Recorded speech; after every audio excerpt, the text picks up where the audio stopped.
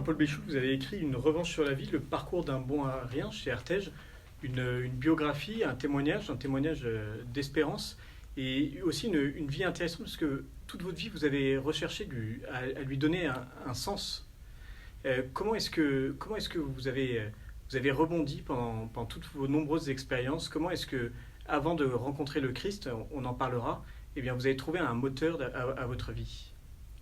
Alors, c'est pas venu tout de suite. Il y a eu, je pense que le Seigneur m'a fait parcourir un itinéraire pour m'amener à me poser les bonnes questions. Et donc, je suis passé par quelques impasses et heureusement, il m'en a fait sortir assez rapidement. Il y a eu, du fait de ce qui s'est passé dans ma vie, hein, j'ai été abandonné 1 an, vécu dans 2 familles d'accueil. En tant qu'enfant adopté, c'est quoi l'adoption? Quand on est adopté, c'est de porter au quotidien, c'est la preuve des amours. En tout cas, c'est ce qu'imagine un enfant jeune. Donc par rapport à ça, c'est une envie de séduire, de reconnaissance, de se faire apprécier par tous ceux qu'on rencontre. Et donc, c'est aussi être attiré par le monde des paillettes.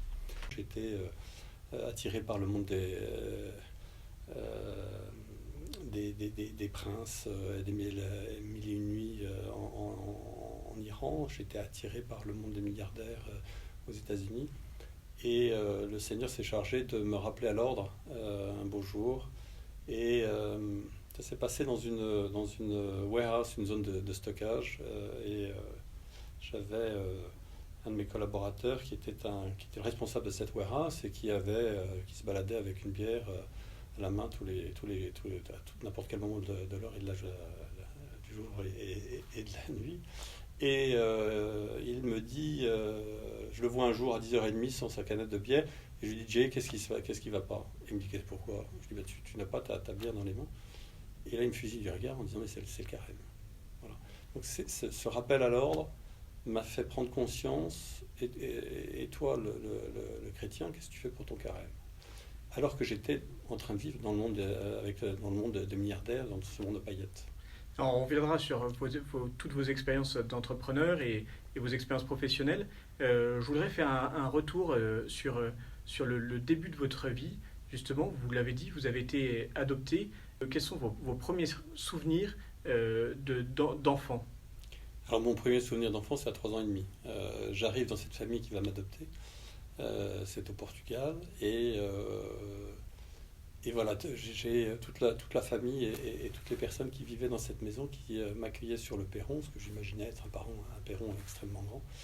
Et donc c'était une magnifique maison, très grande, mais ce qui me préoccupait, c'était pas tellement de savoir où j'étais, c'est de savoir quand est-ce que j'allais pouvoir avoir un repas, parce que visiblement je sortais de ces familles d'accueil où je manquais de nourriture, puisque c'est ce qui on me l'a dit après, j'en ai pas un souvenir, parce qu'à 3 ans et demi on n'a pas ce genre de souvenir, mais je planquais de la nourriture pendant des mois et des mois dans cette famille.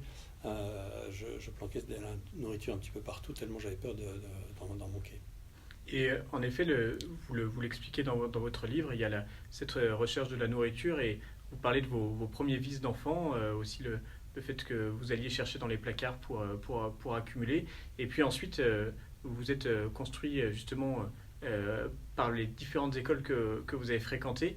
Et justement, ces écoles, vous avez toujours eu un rapport assez conflictuel avec l'enseignement. Comment est-ce que s'est passée votre intégration dans le circuit scolaire?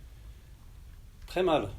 Alors je pense que c'est pas uniquement dans le circuit scolaire, c'est dans la société, hein. À partir du moment où vous vous sentez exclu parce que vous ne correspondez pas à l'image du reste de ceux que vous croisez, vous êtes en conflit.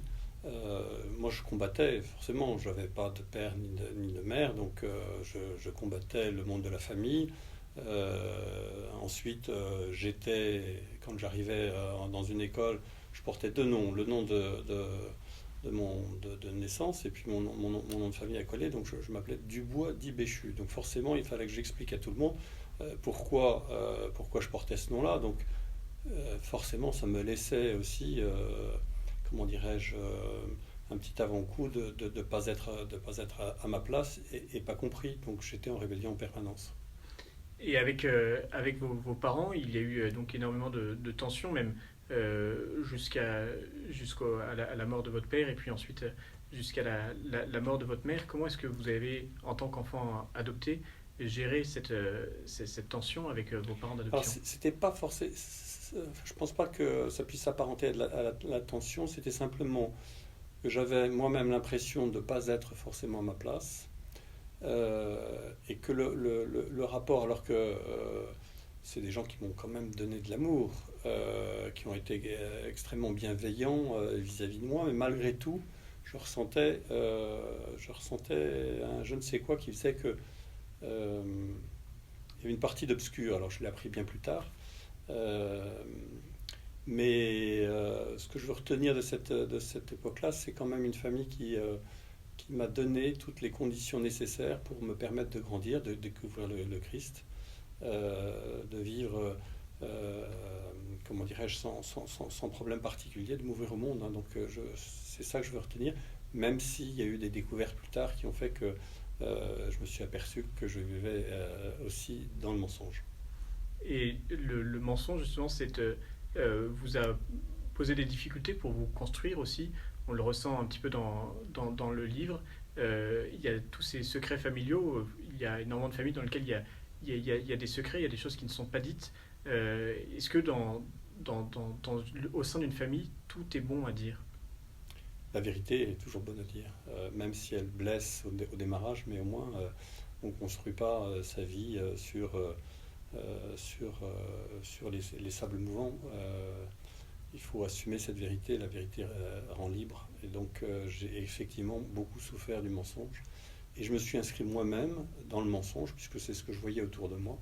Et j'ai vécu pendant de nombreuses années avec ces stigmates qui m'ont empêché de grandir et de me réaliser. Le scoutisme donc a joué un très grand rôle dans votre vie, de votre enfance où vous étiez jeune scout jusqu'à votre âge adulte où vous avez pris des responsabilités. Comment ça a joué chez vous? Comment est-ce que le scoutisme vous a aussi montré comment être un homme?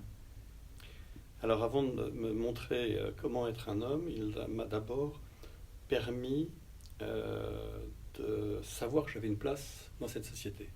Ce qui, à 8 ans, j'en étais vraiment pas sûr. Ensuite, ça m'a permis de découvrir que j'avais du talent, certains talents. Par exemple, quand j'étais louveteau, je me suis aperçu que j'étais le meilleur vendeur de calendrier. Bon, donc j'avais des capacités à être commercial. C'est important, euh, très jeune, de savoir qu'il y a des choses qu'on sait faire. Ensuite, ça m'a appris que avant qu'on s'intéresse à moi, il fallait que je m'intéresse aux autres. Et le sens des autres, qui est un des buts du scoutisme, c'est vraiment quelque chose qui m'a conduit et qui m'a apporté le succès. À partir du moment où on s'intéresse réellement à l'autre et qu'on est attentif à ce qu'il est, à ses attentes, eh bien, ça conditionne la réussite en amour, ça conditionne la réussite en affaires, parce que on va pas vendre ou forcer la main de quelqu'un qui n'a pas de besoin particulier. Donc ce sens de l'autre est vraiment quelque chose qui a été extrêmement précieux. Et puis ça m'a permis aussi de développer mon caractère, parce que voilà, mon histoire a fait que j'arrivais dans un monde que je ne comprenais pas, et il a fallu que je me frotte à des obstacles. Et Dieu sait si j'ai eu un paquet d'obstacles à gravir. Et le scoutisme m'a donné ce côté volontaire qui faisait que je baissais pas les bras, et que je savais que ce qui m'attendait un peu plus loin, c'était le bonheur, c'était sans doute la réussite, c'était en tout cas un monde meilleur, et il fallait que je m'accroche. Ça m'a permis aussi, le scoutisme, de développer de prendre conscience de l'importance de la confiance. Pour moi, la confiance, quand elle est donnée, je fais une petite nuance, c'est pas je fais confiance, c'est je te donne ma confiance. À partir du moment où on analyse et on prend conscience de cette confiance qui nous est, dont on n'est pas digne, parce que sinon il faudrait avoir une tête comme ça pour s'imaginer que quelle que soit la mission, on est tout à fait capable de la réaliser. Donc si on a conscience qu'on ne mérite pas de cette confiance, on va tout mettre en œuvre pour atteindre, pour honorer cette confiance. Et donc la confiance est un moteur incroyable du management qu'on devrait tous utiliser, alors que la plupart d'entre nous, dans les entreprises, il y a toujours un management par la défiance. Et j'aimerais bien qu'autour de nous, on fasse confiance, parce qu'en fait, quel que soit l'individu, à partir du moment où il a la volonté de bien faire, qu'on lui donne les moyens de pouvoir développer ses talents, qu'on a pris le temps nécessaire de l'écoute pour discerner, savoir quel était le meilleur environnement et les responsabilités qu'il fallait qu'il développe. Si on met tout ça en œuvre, on doit tous réussir ensemble, parce qu'il n'y a pas de plus beau succès que le succès par équipe. Et quand vous avez été commissaire général, c'est sur la confiance que vous avez essayé de gérer justement toutes les équipes que vous aviez en dessous de vous? Alors là, c'est autre chose. Qu'on soit chef de groupe ou commissaire ou chef, qu'est-ce qui nous est demandé? Si cette belle prière de Jacques Sevin, qui est le fondateur du scoutisme catholique, Seigneur et chef Jésus-Christ, qui malgré mes faiblesses m'avait choisi pour chef. Donc déjà, il faut prendre conscience que le Christ va chercher tous les bras cassés pour leur donner des responsabilités importantes. Donc déjà, ça demande beaucoup d'humilité en disant, voilà, j'ai été choisi, donc je dois comprendre quelles sont mes faiblesses. Et avant de vouloir changer le monde, avant de vouloir diriger les autres, il va falloir commencer par se changer soi-même. Donc je pense que toutes ces missions ont un seul objectif, c'est nous permettre de prendre la décision de nous engager un peu plus sur le chemin de la sainteté. Donc c'est vraiment à travers la relation avec Dieu sur lequel on va pouvoir travailler et sur lequel il faut qu'on s'engage, et que cette intimité ou pas que l'on va vivre va nous permettre de rayonner et de donner aux autres envie de nous accompagner et de marcher à nos côtés sur ce chemin-là. Vous avez une expérience au Québec qui va vous marquer énormément, et ensuite vous aurez cette quête d'identité qui va se faire aussi à l'étranger, la volonté de sortir de France, repousser les frontières. Comment est-ce que justement vous avez saisi ces opportunités-là? Comment est-ce que vous avez réussi à sortir très jeune, en plus à une époque où les voyages étaient sûrement plus compliqués qu'aujourd'hui? Ouais. Comment est-ce que vous avez réussi à commencer une vie professionnelle à l'étranger? Alors en fait, je suis un petit opportuniste. Dès qu'il y avait une possibilité qui me permettait de sortir de ce monde que je ne trouvais pas très accueillant et qui ne me correspondait pas, je le fuyais. Et donc ça s'est passé, la première, ça a été l'Iran pour créer une centrale d'achat, et puis ça a été aussi au Canada où là il n'y avait pas de piste et j'ai dû faire tous les métiers, tous ceux qu'on me proposait, alors pas toujours dans la légalité, parce que j'avais pas d'autorisation particulière, donc je faisais les métiers que tout un chacun est obligé de faire pour survivre. Donc c'est les plonges dans les restaurants, c'est les travaux sur des chantiers dans le bâtiment, c'est le travail dans les jardins, c'était les déneigements, c'était des choses comme ça. Donc toute occasion, toute possibilité qui me permettait de me nourrir était la bonne, sachant qu'il m'est arrivé de ne pas avoir grand-chose et d'être incapable de me payer un McDo ou que sais-je, un hamburger. Et alors, vous êtes devenu un entrepreneur, mais être entrepreneur, ça ne se fait pas du jour au lendemain. Vous avez eu beaucoup d'expériences, beaucoup d'entreprises montées, quelques désillusions. Est-ce que vous pouvez revenir sur votre volonté de mettre une campagne d'affiches publicitaires à l'arrière des bus, une de vos expériences? Alors ça, c'était effectivement, je pense que le monde de l'entrepreneuriat, ça s'apprend. Ça s'apprend pas dans les livres, c'est des cas concrets qui vous permettent d'accumuler de l'expérience et de vous apercevoir qu'il y a certains choix qui mènent nulle part. Et pour réussir, il faut connaître le milieu, ça s'improvise pas.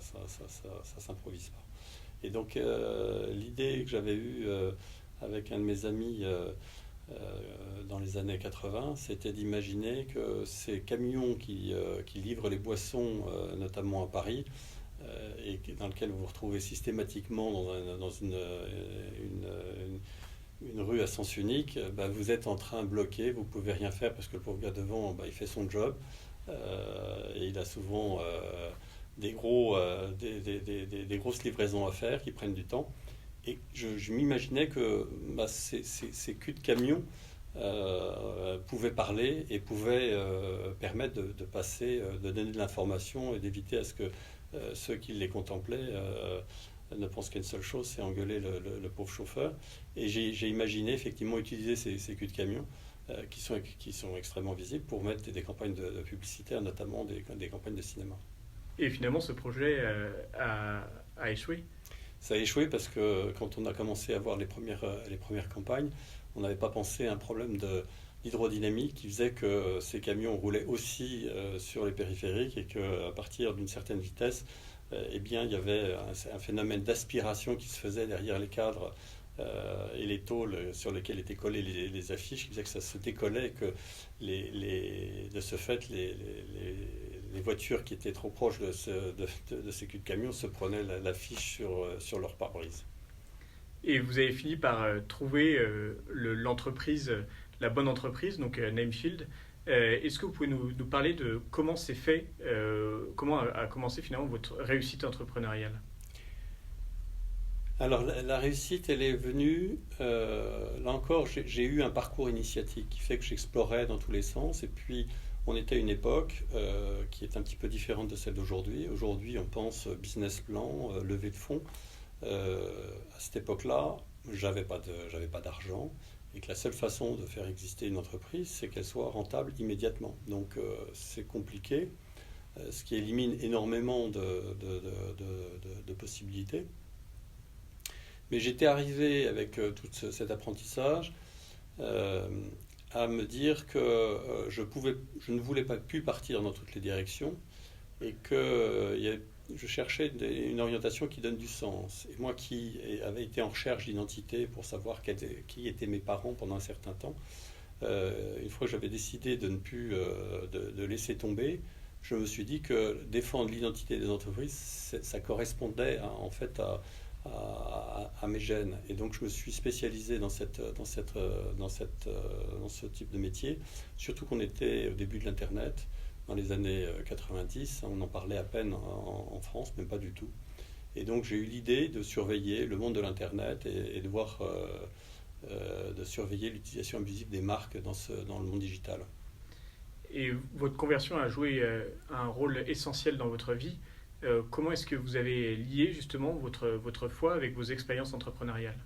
Je pense qu'on a, de par notre hérédité familiale et culturelle, on a tendance à séparer les choses, à savoir qu'il y a le monde familial d'un côté, le monde professionnel de l'autre, et puis il y a le monde de notre spiritualité que je vivais exclusivement le dimanche. Et à un moment donné, je me suis dit, c'est pas possible de séparer ces trois mondes, j'ai besoin de les réunir ensemble. Et de ce fait, ça veut dire que je devais tenter de vivre ma foi au quotidien et donc dans ma vie professionnelle. Et donc petit à petit, j'ai commencé à m'interpeller pour savoir comment le chrétien, comment Jésus vivrait les situations que je vivais en tant que chef d'entreprise. Et donc ça évite quand même de faire pas mal de bêtises, même si j'en ai fait quelques-unes. Mais quand on a cette image-là dans la tête, je pense que ça nous permet de faire de meilleurs choix. Et vous avez aussi voulu que votre expérience professionnelle bénéficie à d'autres. C'est la raison d'être de votre fondation Esperantia. Est-ce que vous pouvez nous présenter cette fondation et quel est son rôle? Alors Esperantia, c'est effectivement un fonds de dotation qui est au service de la fragilité et de la réinsertion, et qui est parti d'un constat qu'il y a plein de gens fantastiques au niveau associatif qui sont les mains dans le cambouis, qui essayent de changer le monde.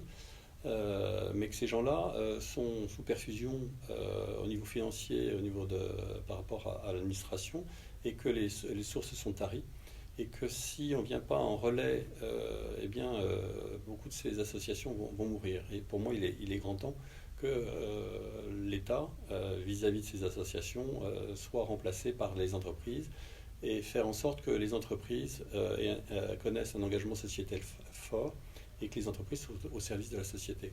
Comment? Eh bien, à travers, là aussi, quelque chose d'innovant. Au lieu d'aller chercher de l'argent, ça demande énormément d'énergie, eh bien, c'est de faire en sorte que les chefs d'entreprise apportent du capital, donc des actions, des parts de leur société à Esperantia, pour que, bénéficiant de la récurrence des dividendes, on puisse soutenir des projets sur du moyen, voire du long terme. Et là, trois intérêts, c'est en tout cas ce qu'on a constaté. Pour nous, puisque j'ai donné entre 15 et 51% du capital de mes entreprises à Esperantia, trois avantages. Le premier, ça donne une envie supplémentaire aux collaborateurs de se lever le matin parce qu'ils sont dans une société engageante. Deuxièmement, ça développe l'attractivité et l'employabilité d'une entreprise. Pourquoi? Parce que, notamment dans le monde du numérique, il n'y a pas suffisamment de talent, on n'arrive pas à former suffisamment de jeunes, et que pour faire venir des jeunes dans une entreprise, il faut avoir le bon carnet de chèques, mais ce n'est pas donné à tout le monde, donc il faut trouver d'autres moteurs qui font que les jeunes ont envie de s'engager. Et le moteur du sens, c'est un engagement extrêmement fort. Et le troisième avantage, c'est que ça nous a permis de développer le chiffre d'affaires, puisque ce qui est un petit peu logique, quand une société cherche un fournisseur, eh bien, elle va choisir celle qui a un engagement sociétal fort. Donc on voit bien qu'on est dans un cercle vertueux, et c'est pour ça qu'on essaye de promouvoir Esperantia, pour faire en sorte que il n'y ait pas autant de création de fonds, de fondations, de fonds de dotation qui servent à rien et où les entreprises se font simplement plaisir. Réunissons et faisons en sorte que ensemble on ait des pouvoirs de changer le monde, et qu'on ait les moyens pour le faire. Et alors ça, c'est en effet la partie d'entrepreneur. Oui. Je voudrais revenir aussi sur un point qui me paraît fondamental. Vous avez retrouvé vos origines en découvrant que votre père adoptif était votre père naturel, biologique. Vous avez également eu, par un coup de la providence, je crois qu'on peut le dire comme ça, l'occasion de retrouver votre mère biologique également. Oui. Quel est le message que vous voudriez transmettre à tous ces enfants qui ont été adoptés et qui, eux, cherchent encore leurs origines et peut-être n'auront pas la possibilité et la chance de retrouver qui sont leurs parents biologiques? Oui, effectivement, j'ai eu beaucoup de chance et j'en suis très heureux. Néanmoins, il ne faut pas oublier le message le plus important, c'est qu'il y a des familles, des couples qui accueillent des enfants adoptés. C'est surtout cet amour-là qu'il faut chérir, parce que c'est une opportunité fantastique de se savoir aimer, et qu'à force de chercher dans le rétroviseur ceux qui auraient pu nous accompagner, eh bien, on n'est pas conscience du cadeau de la vie qui nous a été faite, et donc on ne remerciera jamais assez ceux qui nous entourent et qui nous permettent de vivre au quotidien une vie pleine d'amour et de tendresse.